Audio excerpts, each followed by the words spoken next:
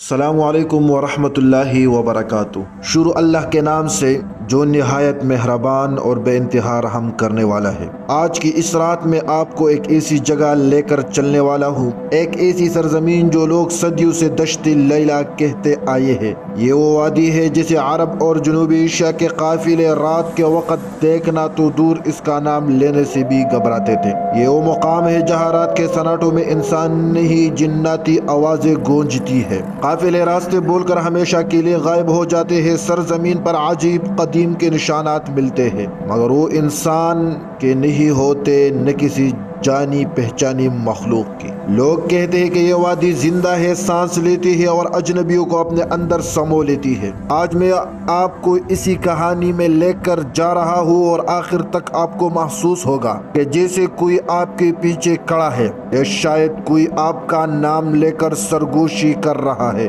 آئیے سفر شروع کرتے ہیں۔ دشتی لیلا۔ دشتی لیلا ایک ایسا نام جس کے بارے میں کئی صدیوں سے حیرت انگیز باتیں بیان کی جاتی ہے۔ لوگ کہتے ہیں کہ اس وادی کی راتیں زندہ ہوتی ہے، یہاں کی ہوا خاموش نہیں بولتی ہے، یہ صحرا سنسنان نہیں بیدار ہے۔ لیلا کا معنی ہے رات، اندھیرا، خاموشی کی گہرائی۔ لیکن مقامی قبائل کہتے ہیں کہ اس وادی کو لیلا اس لیے کہا جاتا ہے کہ یہاں رات کے وقت ایک عورت کے رونے کی آواز آتی ہے، ایسی آواز جو انسان کو پکارتے ہوئے دور سے آہستہ آہستہ قریب آتے جاتی ہے اور پھر غائب ہو جاتی ہے۔ کہا جاتا ہے کہ یہ کوئی عورت نہیں بلکہ جنات کی ملکہ ہے جس کا نام ہے لیلۃ الجنیہ۔ صدیاں پہلے ایک قافلہ جس میں 17 آدمی شامل تھے دشت لیلا کے کنارے رات گزارنے کے لیے رکے۔ رات کے تقریباً 3 بجے کے قریب ایک نوجوان اپنے ساتھیوں سے پوچھا، تمہیں بھی عورت کی رونے کی آواز آ رہی ہے؟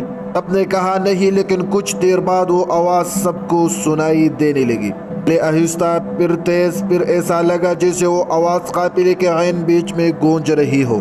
کہتے ہیں آواز کسی انسان کی نہیں تھی، وہ آواز ایک لمحے میں قریب ہوتی، پھر پلک چپکتے ہی چاروں طرف پھیل جاتی، ہوا چیخ رہی ہو۔ اگلے صبح قافلے کا ایک شخص غائب تھا، اس کے قدموں کے نشانات آگے نہیں پیچھے کی طرف جا رہے تھے، جیسے کوئی طاقت اسے کھینچ کر پیچھے لے گئی ہو۔ اس کے بعد وہ کبھی نہیں ملا۔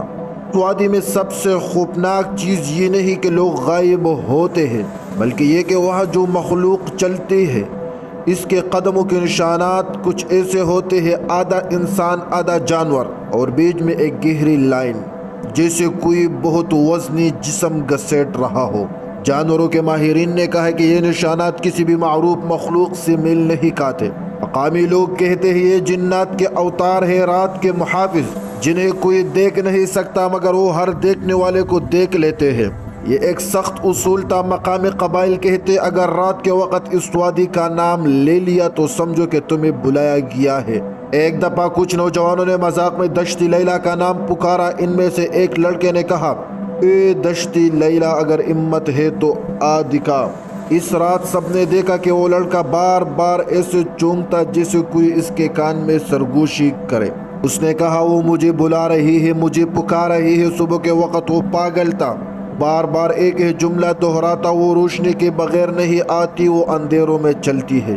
اس کے بعد اس کی زبان بند ہو گئی اور اگلے دن وہ بھی غائب ہو گیا۔ اس واقعے نے پوری وادی کی شہرت ہمیشہ کے لیے بدل دی۔ اب یہاں سے 60 اونٹوں پر مشتمل ایک بڑا تجارتی قافلہ گزرا تھا۔ وہ رات کو رک گئی، موسم صاف تھا، آسمان پر چاند اور روشنی تھا۔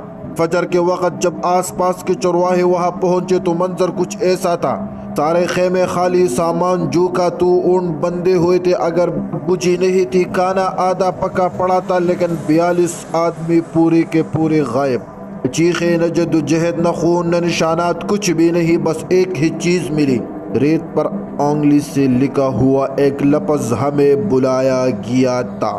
علماء نے کہا یہ ہواؤں کی چال بھی ہو سکتی ہے، لیکن مقامی لوگوں نے کہا یہ دشت لیلا کی پہچان ہے، وہ جب بلاتی ہے تو کوئی انکار نہیں کر سکتا۔ سائنسدان کہتے ہیں ریت کی مخصوص ساخت، درجہ حرارت کی تبدیلی، ہوا کی رفتار، زمین کے اندر گونجنے والے لہریں، یہ سب مل کر عجیب آوازیں پیدا کرتی ہیں۔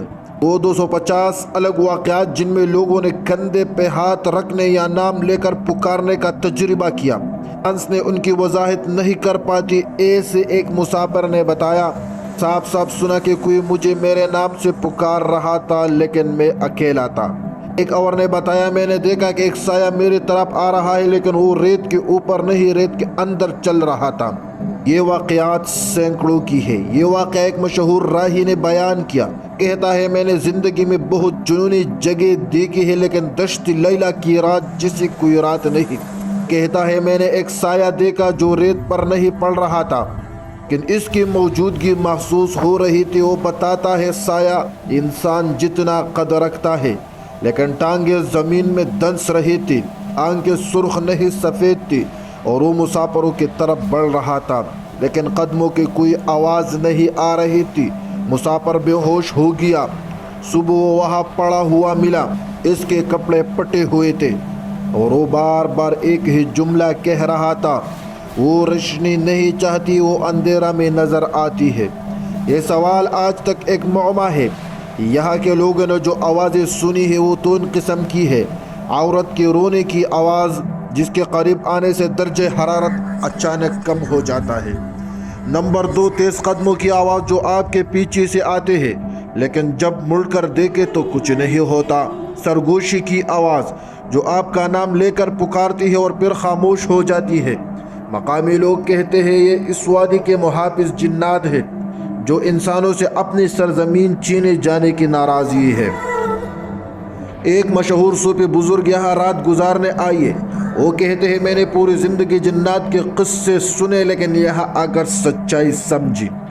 وہ بیان کرتے ہیں رات کے وقت خیمے کے باہر سایہ تھا لیکن اس کا کوئی جسم نہیں تھا، زمین پر کوئی قدموں کے نشان نہیں بنتے تھے، ہوا ایک سمت سے چلتی تھی مگر خیمہ دوسری طرف سے ہل رہا تھا۔ وہ کہتے ہیں میں نے پوری رات سورہ یاسین تلاوت کی اور جیسے کوئی دیوار کے پیچھے سے غصے میں گرج رہا ہے ویسی آواز آتی رہی۔ بزرگ صبح زندہ سلامت نکل آئے لیکن انہوں نے کہا یہ وادی انسانوں کے لیے نہیں بنی، یہ کسی اور مخلوق کا مسکن ہے۔ یہ واقعہ 200 سال پرانی ایک ڈائری میں لکھا ہے۔ اس میں لکھا تھا میں نے اپنی زندگی میں پہلی بار ریت کو سانس لیتے دیکھا۔ وہ کہتا ہے ریت خود بخود کپ کپانے لگی جیسے اس کے نیچے کوئی زندہ چیز ہو، اور پھر دھیرے دھیرے ریت اوپر اٹھنے لگی جیسے کوئی بہت بڑا جسم زمین کے اندر سے نکل رہا ہو۔ پھر وہ چیز واپس دنس گئی۔ وہ شخص اگلے دن پاگل ہو گیا اور مرتے وقت اس نے ایک جملہ کہا جو آج تک مقامی لوگ دہراتے ہیں، دشت لیلا کے نیچے کچھ زندہ ہے اور وہ ہر رات جاگتا ہے، لیکن صرف دن کے وقت۔ رات کے وقت یہاں جانا سخت ممنوع ہے کیونکہ اب بھی رات میں روشنی بند ہو جاتی ہے، کمپاس گھومنے لگتے ہیں، موبائل بند ہو جاتی ہے، قدموں کی آوازیں پیچھے سے آتی ہے اور لوگ عجیب سائے دیکھتے ہیں۔ کچھ لوگوں نے آوازیں ریکارڈ کرنے کی کوشش کی لیکن ریکارڈنگ میں کچھ بھی نہیں آتا، صرف ایک سانس لینے جیسی آواز، لمبی، گہری اور خوفناک۔ پیارے دوستو، دشت لیلا ایک کہانی نہیں بلکہ ایک حقیقت ہے، ایسی حقیقت جسے نسل در نسل بیان کیا جاتا رہا ہے۔ یہ وادی ہمیں یاد دلاتی ہے کہ دنیا میں صرف ہم نہیں رہتے اور کچھ سرزمینیں ایسی ہیں جو ہمیں قبول نہیں کرتے۔ اگر کبھی آپ کسی لق و دق صحرا میں سفر کریں اور رات کے وقت کوئی نام لے کر پکارے تو پیچھے مڑ کر مت دیکھیں، کیونکہ ہر آواز انسان کی نہیں ہوتی۔ اللہ ہم سب کو محفوظ رکھے، آمین۔ اللہ حافظ۔